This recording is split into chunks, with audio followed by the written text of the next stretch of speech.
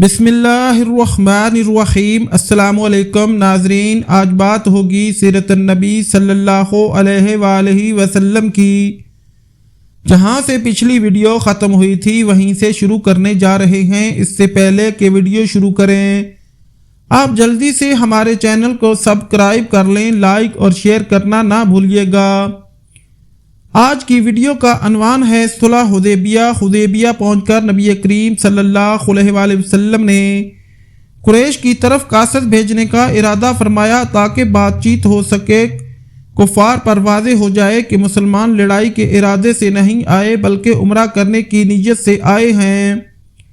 اس غرض کے لیے 2 یا 3 قاصد بھیجے گئے لیکن بات نہ بن سکی۔ آخر حضور اکرم صلی اللہ علیہ وآلہ وسلم نے سیدنا عثمان بن عفان رضی اللہ تعالی عنہ کو بھیجا اور انہیں یہ حکم دیا کہ وہ مکہ میں ان مسلمان مردوں اور عورتوں کے پاس جائیں جو وہاں پھنسے ہوئے ہیں، انہیں فتح کی خوشخبری سنائیں اور یہ خبر دیں کہ بہت جلد اللہ تعالی مکہ میں اپنے دین کی سربلندی فرمائیں گے، یہاں تک کہ وہاں کسی کو اپنا ایمان چھپانے کی ضرورت نہیں رہے گی۔ غرض حضرت صلی اللہ علیہ وآلہ وسلم کے حکم پر حضرت عثمان رضی اللہ تعالی عنہ مکہ کی طرف روانہ ہوئے۔ مکہ میں داخل ہونے سے پہلے سیدنا عثمان رضی اللہ تعالی عنہ نے ابان بن سعید کی پناہ لی جو کہ اس وقت تک مسلمان نہیں ہوئے تھے۔ بعد میں مسلمان ہوئے ابان بن سعید نے حضرت عثمان رضی اللہ تعالی عنہ کی پناہ منظور کر لی۔ انہوں نے جب حضرت عثمان رضی اللہ تعالی عنہ کو اپنے آگے کر لیا، خود ان کے پیچھے چلے تاکہ لوگ جان لیں یہ ان کی پناہ میں ہیں۔ اس طرح عثمان رضی اللہ عنہ قریش مکہ تک پہنچے، انہیں رحمت عالم صلی اللہ علیہ وآلہ وسلم کا پیغام پہنچایا۔ جواب میں قریش نے کہا، محمد صلی اللہ علیہ وآلہ وسلم ہماری مرضی کے خلاف کبھی مکہ میں داخل نہیں ہو سکتے، ہاں تم چاہو تو بیت اللہ کا طواف کر لو۔ اس پر حضرت عثمان رضی اللہ عنہ نے جواب دیا، یہ کیسے ہو سکتا ہے کہ میں رسول اللہ صلی اللہ علیہ وآلہ وسلم کے بغیر طواف کر لوں۔ قریش نے بات چیت کے سلسلے میں حضرت عثمان رضی اللہ عنہ کو 3 دن تک روکے رکھا۔ ایسے میں کسی نے یہ خبر اڑا دی کہ قریش نے حضرت عثمان رضی اللہ عنہ کو شہید کر دیا ہے۔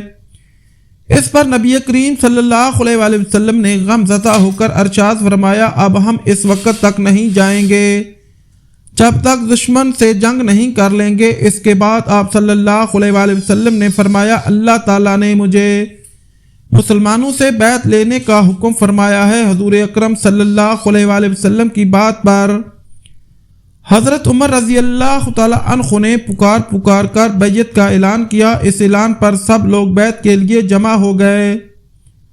آپ صلی اللہ علیہ وآلہ وسلم اس وقت ایک درخت کے نیچے تشریف فرما تھے۔ صحابہ کرام نے حضور صلی اللہ علیہ وآلہ وسلم سے ان باتوں پر بیعت کی، کسی حالت میں آپ کا ساتھ چھوڑ کر نہیں بھاگیں گے، فتح حاصل کریں گے یا شہید ہو جائیں گے۔ مطلب یہ کہ یہ بیعت موت پر بیعت تھی۔ اس بیعت کی خاص بات یہ تھی کہ آپ صلی اللہ علیہ وآلہ وسلم نے حضرت عثمان رضی اللہ عنہ کی طرف سے خود بیعت کی اور اپنا دایاں ہاتھ اپنے بائیں ہاتھ پر رکھ کر فرمایا، اے اللہ یہ بیعت عثمان کی طرف سے ہے کیونکہ وہ تیرے اور تیرے رسول کے کام سے گئے ہوئے ہیں، اس لیے ان کی طرف سے خود بیعت کرتا ہوں۔ پھر 1400 صحابہ کرام رضی اللہ عنہم نے حضور اکرم صلی اللہ علیہ وآلہ وسلم سے باری باری بیعت کی۔ بعد میں حضور اقدس صلی اللہ علیہ وآلہ وسلم کو اللہ تعالیٰ کی طرف سے یہ اطلاع مل گئی کہ حضرت عثمان رضی اللہ عنہ کو شہید نہیں کیا گیا، وہ زندہ سلامت ہیں۔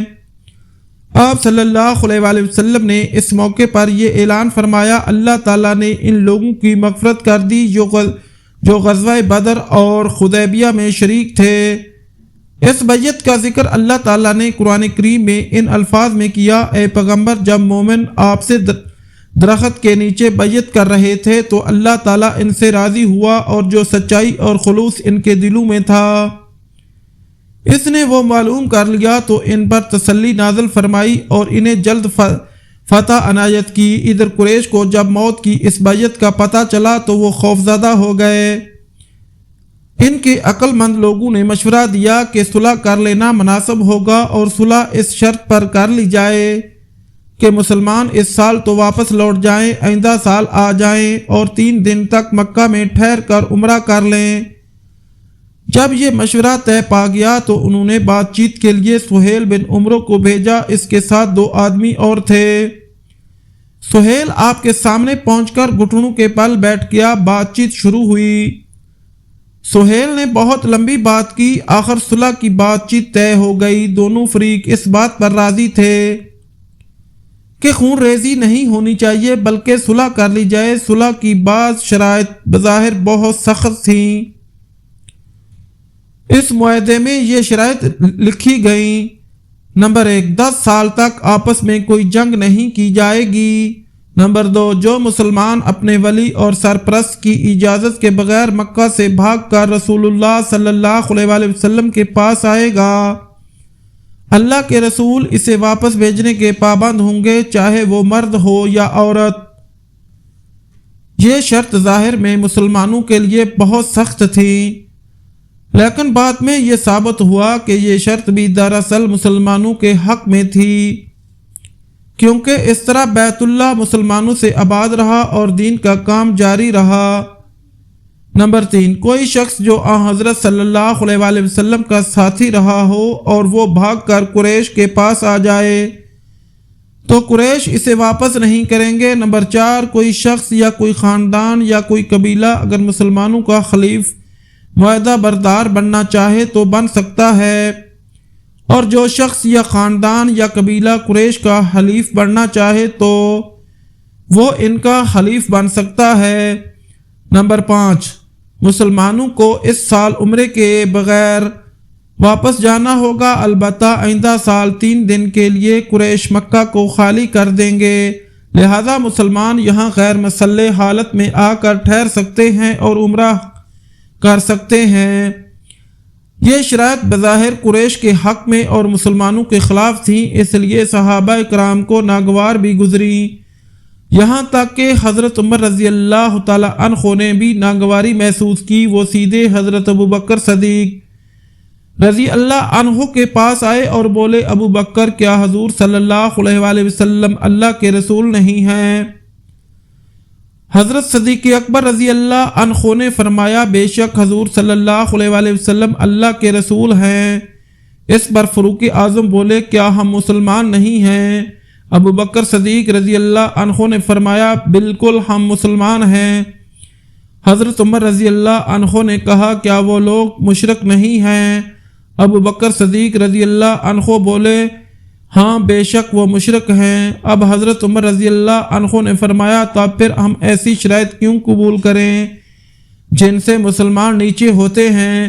اس وقت حضرت ابو بکر صدیق رضی اللہ تعالی عنہ نے بہت ہی خوب جواب دیا، فرمایا، اے عمر، وہ اللہ کے رسول ہیں، ان کے احکامات اور فیصلوں پر سر جھکاؤ، اللہ تعالیٰ ان کی مدد کرتا ہے۔ یہ سنتے ہی حضرت عمر رضی اللہ عنہ فوراً بولے، میں گواہی دیتا ہوں کہ حضرت صلی اللہ علیہ وآلہ وسلم اللہ کے رسول ہیں۔ اس کے بعد حضرت عمر رضی اللہ عنہ آپ صلی اللہ علیہ وآلہ وسلم کی خدمت میں حاضر ہوئے اور اس قسم کے سوالات کیے۔ حضور صلی اللہ علیہ وآلہ وسلم نے ان کی باتوں کے جواب میں جو الفاظ فرمائے وہ بالکل وہی تھے جو حضرت ابو بکر صدیق رضی اللہ عنہ فرما چکے تھے۔ حضور صلی اللہ علیہ وآلہ وسلم نے فرمایا، میں اللہ کا بندہ اور رسول ہوں، میں کسی حالت میں بھی اللہ کے حکم کی خلاف ورزی نہیں کر سکتا، میرا وہی مددگار ہے۔ اسی وقت حضرت ابو عبیدہ رضی اللہ عنہ بول اٹھے، اے عمر، جو کچھ رسول اللہ صلی اللہ علیہ وآلہ وسلم فرما رہے ہیں کیا تم اس کو سن نہیں رہے ہو؟ تم شیطان مردود سے اللہ کی پناہ مانگتے ہیں، ہم شیطان مردود سے اللہ کی پناہ مانگتے ہیں۔ تب حضرت عمر رضی اللہ عنہ بھی بولے، میں شیطان مردود سے اللہ کی پناہ مانگتا ہوں۔ نبی اکرم صلی اللہ علیہ وآلہ وسلم نے یہ بھی ارشاد فرمایا، اے عمر، میں تو ان شرائط پر راضی ہوں اور تم انکار کر رہے ہو۔ چنانچہ حضرت عمر رضی اللہ عنہ فرمایا کرتے تھے، میں نے اس وقت جو باتیں کی تھی اگرچہ وہ اس تمنا میں تھیں کہ اس معاملے میں خیر اور بہتری ظاہر ہو، مگر اپنی اس وقت کی گفتگو کے خوف سے میں اس کے بعد ہمیشہ روزے رکھتا رہا، صدقات دیتا رہا، نمازیں پڑھتا رہا اور غلام آزاد کرتا رہا۔ پھر اس صلح کی تحریر لکھی گئی۔ آپ صلی اللہ علیہ وآلہ وسلم نے حضرت اوس بن خولہ رضی اللہ عنہ کو حکم دیا۔ اس پر سہیل بن عمرو نے کہا، یہ معاہدہ علی لکھیں گے یا پھر عثمان؟ حضور صلی اللہ علیہ وآلہ وسلم نے حضرت علی رضی اللہ عنہ کو معاہدہ لکھنے کا حکم فرمایا اور فرمایا، لکھو بسم اللہ الرحمن الرحیم۔ اس پر سہیل بن عمرو نے پھر اعتراض کیا، میں رحمان اور رحیم کو نہیں مانتا، آپ یوں لکھوائیں بسمک اللہم، یعنی شروع کرتا ہوں اے اللہ تیرے نام سے۔ حضور اکرم صلی اللہ علیہ وآلہ وسلم نے حضرت علی رضی اللہ عنہ سے فرمایا، اس طرح لکھ دو۔ انہوں نے لکھ دیا تو حضور اکرم صلی اللہ علیہ وآلہ وسلم نے فرمایا، لکھو محمد الرسول اللہ نے ان شرائط پر سہیل بن عمرو سے صلح کی۔ حضرت علی رضی اللہ عنہ لکھنے لگے، لیکن سہیل بن عمرو نے پھر اعتراض کیا، اگر میں یہ شہادت دے چکا ہوتا کہ آپ اللہ کے رسول ہیں تو پھر نہ تو آپ کو بیت اللہ سے روکا جاتا نہ آپ سے جنگ ہوتی، اس لیے یوں لکھیے محمد بن عبداللہ۔ بقیہ انشاءاللہ اگلی قسط میں پیش کیا جائے گا۔ ناظرین، اگر ہماری ویڈیو اچھی لگے تو ہمارے چینل کو سبسکرائب کریں، لائک کریں، شیئر کریں اور اللہ تعالیٰ کے کسی ایک نام کے ساتھ کمنٹ ضرور کریں۔ شکریہ۔